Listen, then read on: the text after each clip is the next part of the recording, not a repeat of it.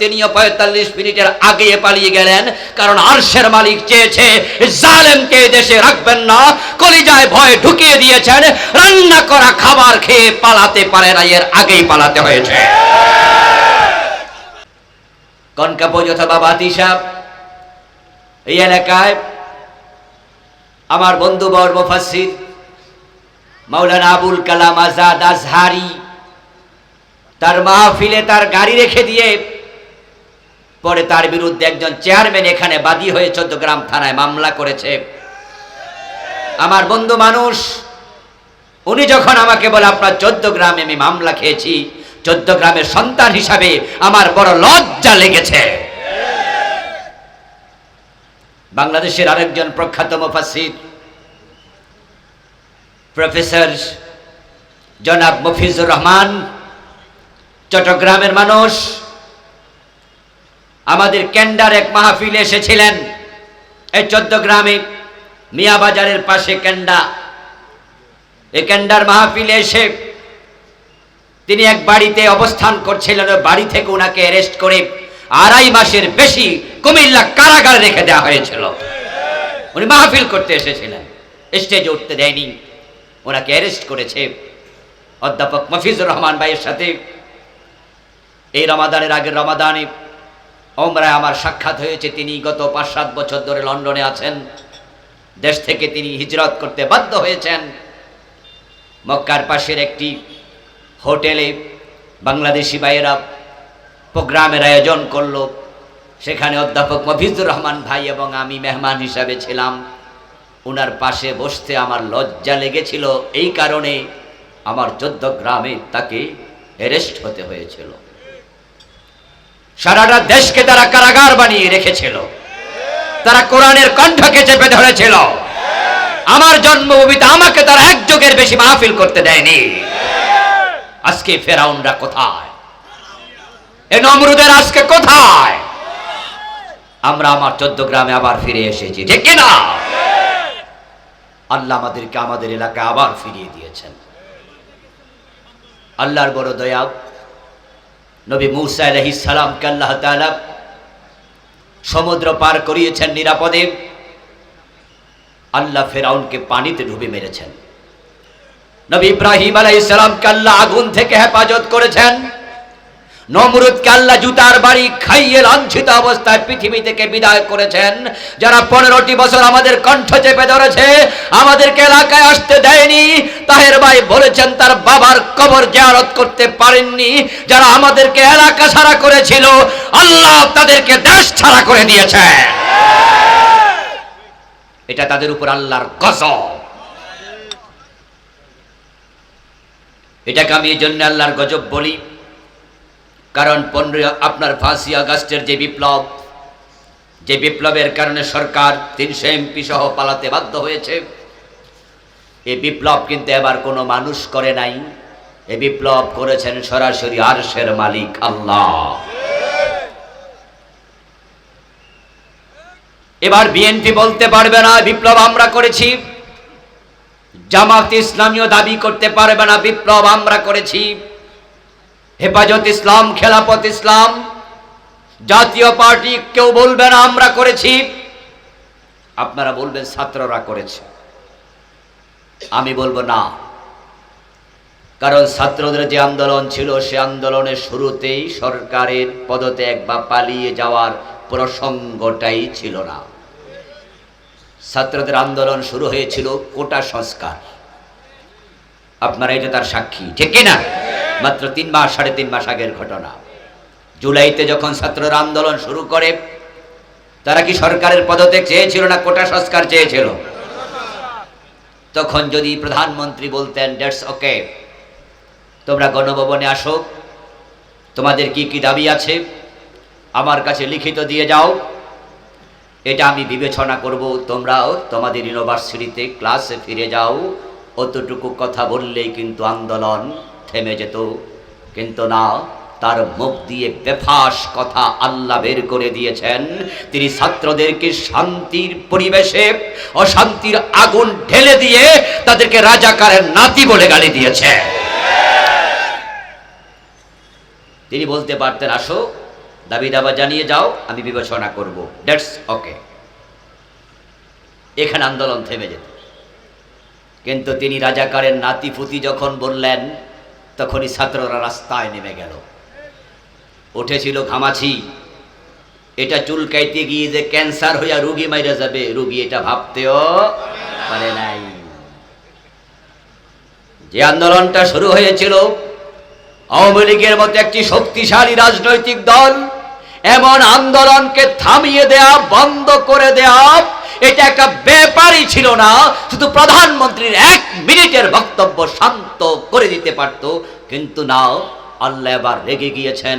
আর নয়, 15 বছর কোরআনের কণ্ঠ, আলেমদের কণ্ঠ চেপে ধরেছ। আল্লাহর বক্তব্য, ইন্নাহু লা ইউফলিহুজ জালিমুন, জালেমরা কখনো সফল হয় না। এই আয়াতের রেজাল্ট আল্লাহ আমাদের দেখাতে চাইলেন। কারণ আমরা মাজলুমেরা চিৎকার দিচ্ছিলাম, আল্লাহ তোমার সাহায্য কোথায়, মাতা নাসরুল্লাহ, আর কত আর কত আর কত।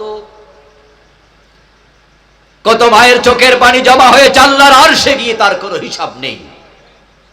কত বাবা গুম হয়েছে, ওই নাবালেগ শিশুদের চোখের পানি আল্লাহর আরশে জমা হয়েছে। কত স্ত্রী তার স্বামী হারিয়েছে, ওই বিধবার আত্মনাদ আল্লাহর আরশে জমা হয়েছে।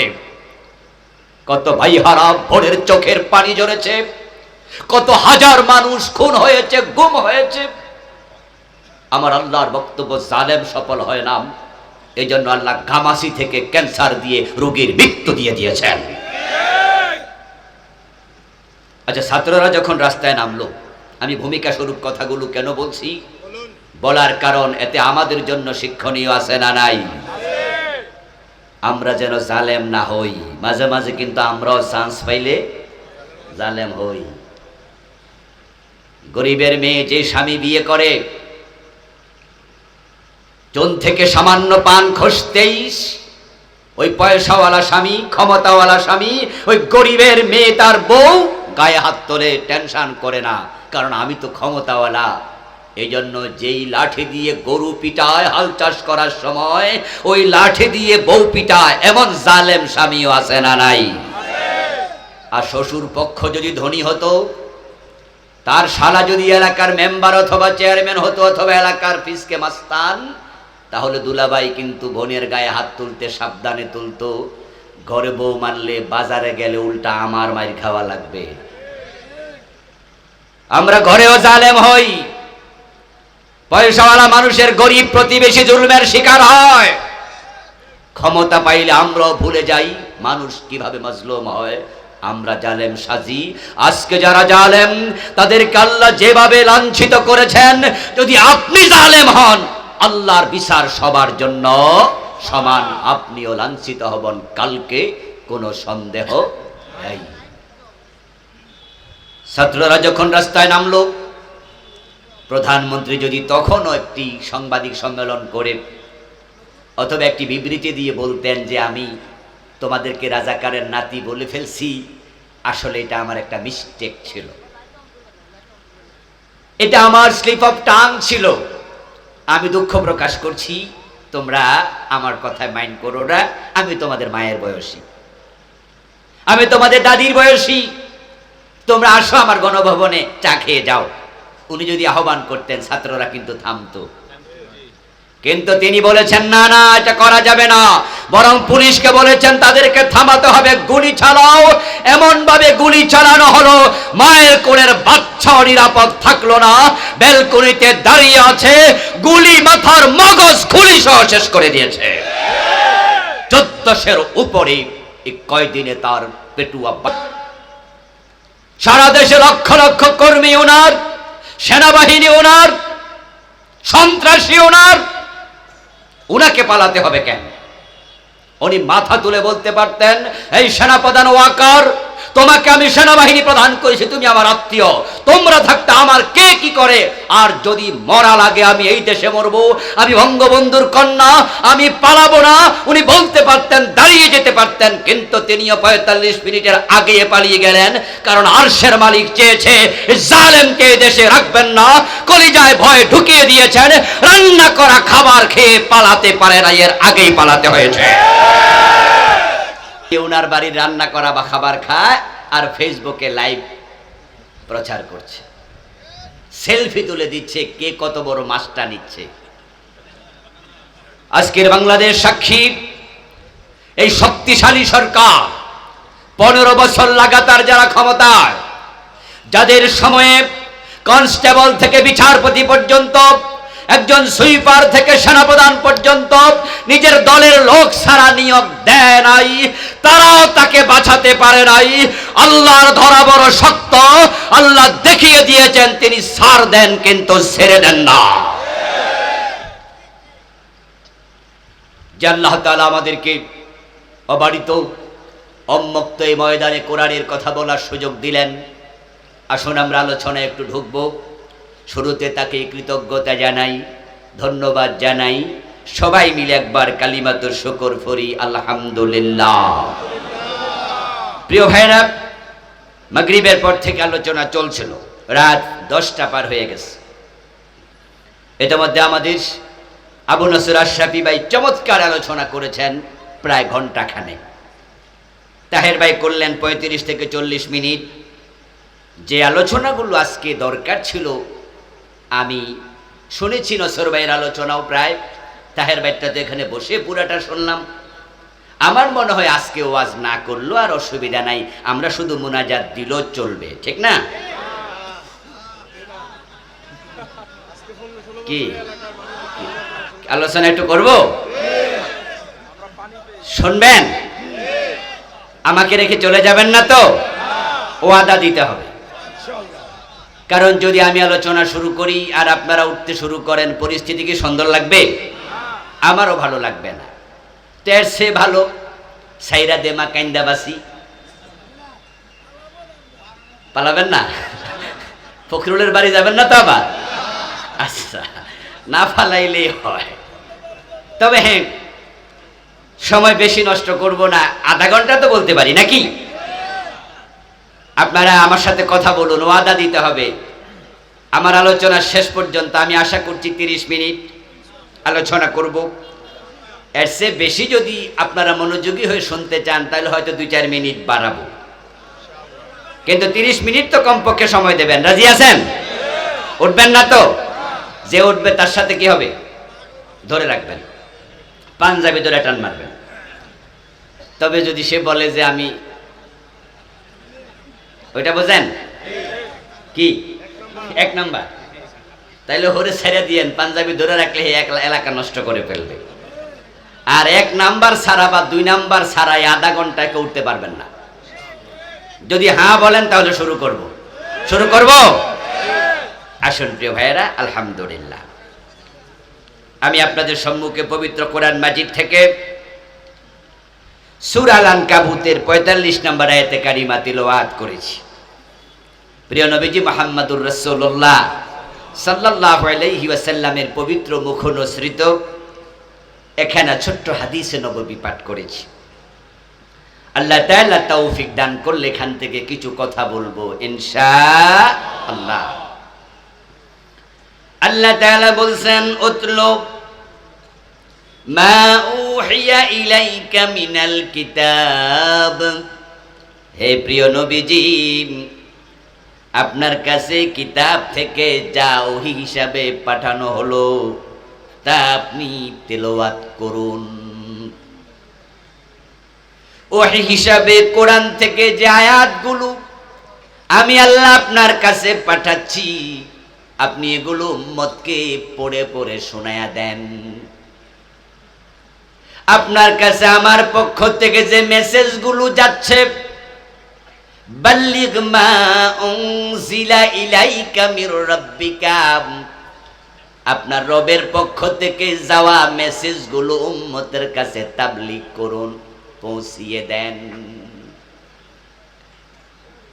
এই কোরআন আমি আপনাকে তেলাওয়াত করে একা একা ঘরের তাকে রেখে দেওয়ার জন্য পাঠাই নাই। আমি আল্লাহ কোরআন মানুষের কাছে প্রচার করার জন্য আপনাকে পাঠাইছি। ও নবী, আপনি এটা পড়ুন, এটা পৌঁছান, তেলাওয়াত করে শোনান। প্রিয় নবী সাল্লাল্লাহু আলাইহি ওয়াসাল্লাম আল্লাহর পক্ষ থেকে আসা এই মেসেজ, এই ওহী, এই কোরআন মানুষের কাছে প্রচার করলেন না গোপন রাখলেন? আল্লাহর এই আদেশ তিনি একবারে হুবহু 100% তিনি পূর্ণ করলেন, পালন করলেন। কোরআনের একটা আয়াত, একটা শব্দ প্রিয় নবী গোপন করেন নাই। আল্লাহর হাবিব কোরআন যদি গোপন করতে চাইতেন, গোপন করার সুযোগ কিন্তু ছিল, কারণ রাসূলুল্লাহর উপর কোরআন কাগজে লিখে অথবা কোনো বড় মাপের কাছের গ্লাসে এইভাবে নাজিল হইছে নাকি কলবে নাজিল হইছে? কার কলবে নাজিল হলো, কার কলবে কি আসলো, অন্য কেউ দেখার কোনো সুযোগ আছে? আমার রাসূল যদি এই কোরআন থেকে কিছু লুকাইতেন, তাহলে আবু বকর ওমর টের পাওয়ার কোনো কথা ছিল না, কারণ কোরআনের কোন আয়াত আসছেই মাত্র রাসূল বলার আগে তারা তো জানতই না। বরং রাসূলুল্লাহ সাল্লাল্লাহু আলাইহি ওয়াসাল্লামের কাছে যখন ওহী নাজিল হতো, মায়েশা সিদ্দিকা বলেন আমরা বুঝতাম, কারণ ওনার কপালের মাঝে প্রচন্ড শীতের মাঝেও ঘামের কণা জমে যেত। প্রিয় নবীজি চুপ হয়ে যেতেন, উনি কথা বলতেন না। আমরা বুঝতাম ওহী আসছে, কিন্তু কি ওহী আসছে নবীজি বলার আগে আমরা জানার কোনো সুযোগ ছিল না। আল্লাহর হাবিব সাল্লাল্লাহু আলাইহি ওয়াসাল্লাম আল্লাহর দেয়া মেসেজ সাথে সাথে শুনাইয়া দিতেন। অথচ কোরআনের মাঝে এমন কিছু মেসেজ আছে যে মেসেজগুলো শুনাইলে রাসূলের উপরে বিপদ আসতে পারে, গন্ডগোল লেগে যেতে পারে। যেমন মক্কার কাফেররা এসে যখন প্রিয় নবীজির কাছে প্রস্তাব দিল, ও আব্দুল্লাহর বেটা মুহাম্মদ, তুমি আমাদের ভাতিজা আত্মীয়, এই দেবদেবীর বিরুদ্ধে তুমি কথা বলার পর থেকে মক্কার পরিবেশটা উত্তপ্ত হয়ে গেছে। কিছু লোক তোমার কথা মেনে আমাদের 360 খোদাকে গালি দেয়, আবার যারা এ খোদার পূজা করে তারা তোমার ওই অনুসারীদের বাড়িতে যাইয়া হামলা চালায়, গলায় রশি লাগাইয়া টানে। তোমার কারণে মক্কার শান্ত পরিবেশটাও শান্ত